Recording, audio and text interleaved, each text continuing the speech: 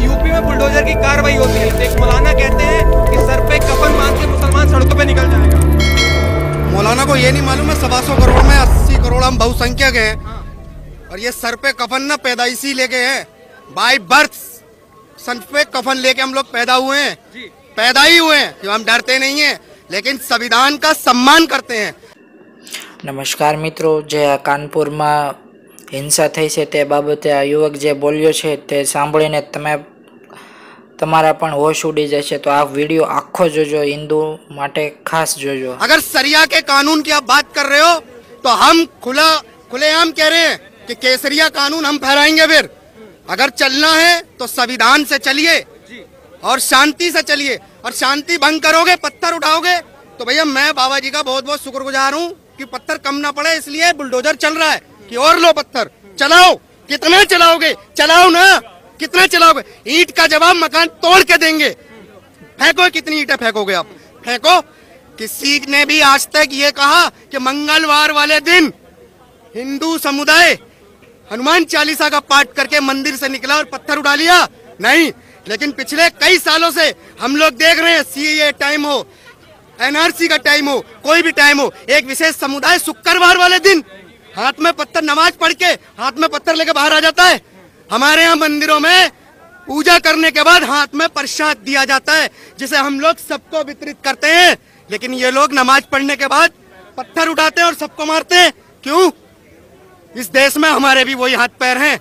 हम शांति से रह रहे हैं। भाईचारा, तुम भाईचारे की बात करते हो, यही भाईचारा है, यही भाईचारा है। अरे भाईचारा है, तुम मेरा मकान ले लो आके, मैं देता हूँ ना, कितना चाहिए ले लो। अगर हमारी आस्था है काशी में, और आज की है और पूर्वजों की है, और 17 लड़ाइयों से भी है, और यहीं तक नहीं थमेंगे। अगर भाईचारे में देना चाहते हो तो दो, नहीं तो 30,000 का हिसाब लेंगे। हम वो पीढ़ी है जो जाग गए हैं। हम दो और हमारे दो हम पे लागू, और तुम 4 और गिनते रहो। ऐसे नहीं होगा। सर, सवाल ये उठता है कि नमाज के बाद पत्थरबाजी क्यों ऐसा देखने को मिलता है? भाई जैसा पढ़ाया जा रहा है वैसा ही तो होगा। ये तो मदरसे की मेरे हिसाब से तालीम है। फिर भाई हमारे यहाँ तो ऐसी कोई गुरुकुल में तालीम नहीं, हमारे यहाँ तो ऐसी कोई तालीम नहीं है। लेकिन एक विशेष समुदाय ही क्यों पत्थर उठाता है?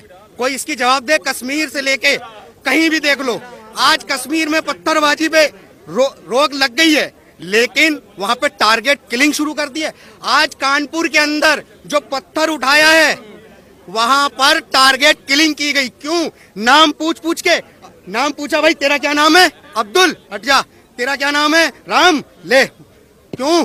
Target killing. अरे वो जो रिक्शे वाला जो पूरा फटा हुआ था, क्या बिगाड़ा था तुम्हारा उसने, जो तुमने उसको मारा है? नाम पूछ के मार रहे हो। अगर हम नाम पूछने पे आ गए ना तो जगह कम पड़ जाएगी। पाकिस्तान तो छोड़ो, अफगानिस्तान पार निकल जाओगे, क्योंकि अफगानिस्तान पाकिस्तान हमारे बाप दादाओं का है। 574 रियासतें दान में दी हमने।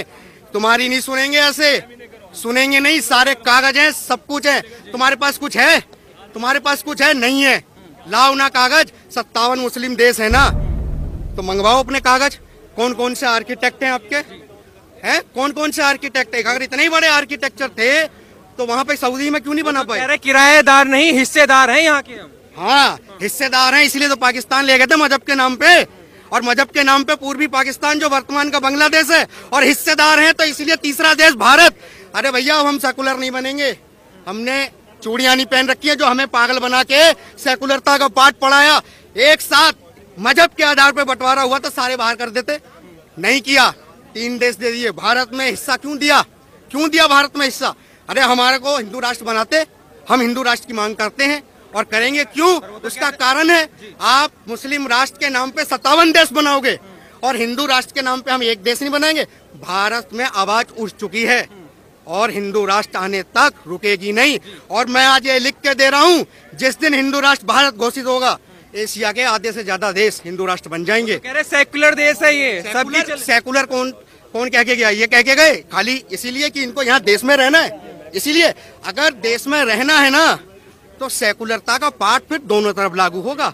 मेरी तरफ लागू नहीं होगा, आपके भी तरफ लागू होगा ना। आप इधर मुझे भाईचारा कह के पत्थर मार रहे हो, काट रहे हो, मार रहे हो, पीट रहे हो। क्यों? ऐसे नहीं चलेगा बिल्कुल भी। सर ये बताइए, जब पत्थरबाजी करने वालों पे कार्रवाई होती है तो कहने लगते हैं कि एक तरफा कार्रवाई की जा रही है सरकार की तरफ। ये तो विक्टिम कार्ड है इनका, ये तो विक्टिम कार्ड है।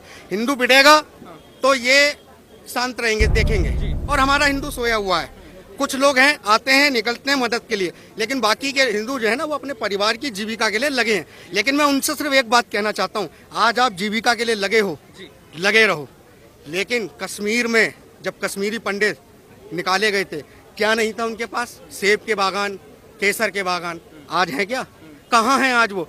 अरे हम 800 साल पहले की बात नहीं कर रहे हैं, हम अभी 35 साल पहले की बात कर रहे हैं। और 35 साल छोड़ो, अभी 35 घंटे पहले की बात देखो ना, 35 घंटे पहले क्या किया। तो भाई ये भाईचारा नहीं चल पाएगा, अब बहुत दिनों तक नहीं चल पाएगा। अगर भाई मानते हो तो भाइयों की तरह रहो, भाइयों की तरह सहो। लेकिन सदियों से भाईचारा चला आया है, तो मोदी जी ने आके खराब कर दिया है। हाँ, सदियों पहले 1947 में ना भाईचारे में ना पूरी ट्रेन काट के और पूरी भर के लाशों से भेजी थी। इसी भाईचारे का तोहफा था वो 47 का बंटवारा। कोई बाहर से नहीं आता। कार सेवा करके आ रहे थे ना गुजरात में, तो 2 बोगी जला दी थी, 2 बोगी। यही भाईचारा था, यही भाईचारा था। सीए के नाम पे पूरी दिल्ली में अराजकता फैलाना, यही भाईचारा था। सीए के नाम पे दिल्ली को बंधक बना लेना शाहीन बाग में, यही भाईचारा था। सबका अधिकार है कहने का और प्रोटेस्ट करने का। जाओ ना जंतर मंतर पे, ये दिल्ली को बंधक क्यों बनाते हो? ये सड़कों को बंधक क्यों बनाते हो? लड़ना नहीं आता क्या? आज हम कानून से लड़ रहे हैं, हमने अभी हथियार नहीं उठाया है, हम कानून से लड़ रहे हैं। तो फिर डर किस बात का है? पर वे लोग कानून क्यों नहीं मानते? क्यों पत्थरबाजी करने पे उतारू हो जाते हैं अगर किसी ने पैगंबर साहब के खिलाफ टिप्पणी कर दी तो? देखिए, नुपुर शर्मा जी का जो मामला है ना, मैं उसमें सिर्फ एक ही बात कहूंगा, उन्होंने जो भी बोला है वो आप ही ने तो लिखा था, या आप ही की तो किताब में लिखा है, या आप ही के तो मौलाना डिबेट पे कह रहे हैं कि ऐसे ऐसे है। मैं नाम नहीं ले रहा हूँ किसी का, भाई मुझे भी डर लगता है, मेरे भी बच्चे हैं, पता चला अभी निकला किसी ने मार दिया। क्यों जी? भाई नुपुर शर्मा को तो सिक्योरिटी मिल जाएगी, हमें थोड़ी मिलेगी, लेकिन हम बोलेंगे। उन्होंने कुछ गलत नहीं बोला, वही बोला जो आपकी किताब में लिखा है। और नहीं लिखा है तो दिखाओ, फिर दुनिया को बताओ क्यों, क्या लिखा है वो बताओ ना। कुछ गलत थोड़ी बोला उन्होंने। सर सवाल ये भी उठता है कि सब नुपुर शर्मा को याद करते कि नुपुर शर्मा ने गलत बोला, लेकिन उन मौलानाओं से कोई सवाल नहीं पूछता जो लगातार महादेव पे गलत टिप्पणी कर रहे हैं। जैसे कुछ मौलाना कह देते हैं इसको प्राइवेट पार्ट है। यही तो हम लोगों को सेकुलरता में पढ़ाया गया कि भाईचारा बोल के इनके साथ जो मर्जी कर लो, क्योंकि हमारी धार्मिक भावनाएं नहीं है। हम कानून के दायरे में समान कानून नागरिकता में रहते हैं, लेकिन सभी को समान कानून नहीं मिल रहा है। इन्हीं कानूनों के तहत में हम लोगों के साथ में भेदभाव विशेष समुदाय के लिए करते हैं और करते रहेंगे। ये क्यों? ये जब तक करेंगे जब तक हम जैसे लोग अगर इनका बहिष्कार नहीं करेंगे नेताओं का, क्योंकि इनकी विचारधारा साफ है। अभी कल का ही मामला है, गोल्डन टेम्पल पे खालिस्तान जिंदाबाद के रैली निकली है, जिसमें आम आदमी पार्टी पूरी सुरक्षा दे रही है। क्यों पूरी सुरक्षा दे रही है? खालिस्तान जिंदाबाद, आजादी। ये आजादी, आजादी क्या है? ये आजादी जिस देश में रह रहे हो, यहाँ से ज्यादा आजादी किसी को मिल जाएगी? अरे मैं तो कह रहा हूँ कि अगर आप संविधान को नहीं मान रहे हो ना, तो पूरी तरह सरिया मान लो। और अगर सरिया इतना अच्छा था तो अफगानिस्तान में भागने वाले प्लेन पे चढ़ के नहीं भागते और ना वो ऊपर से गिरते। अगर सरिया इतना अच्छा था और सरिया मांगना चाहते हो ना, तो पूरा अपनाओ। चोरी करने पे हाथ भी कटवाओ अपने, जो सजा है। फिर कानून की तरफ मत भागो कि हमें छोड़ दो, फिर पूरा मानो तो पूरा मानो, वरना हम लोगों के ऊपर भाईचारे के नाम पे ना सरिया मत थोपो। हम नहीं स्वीकार करेंगे। ये देश संविधान से चलता है, चलेगा और चलता रहेगा।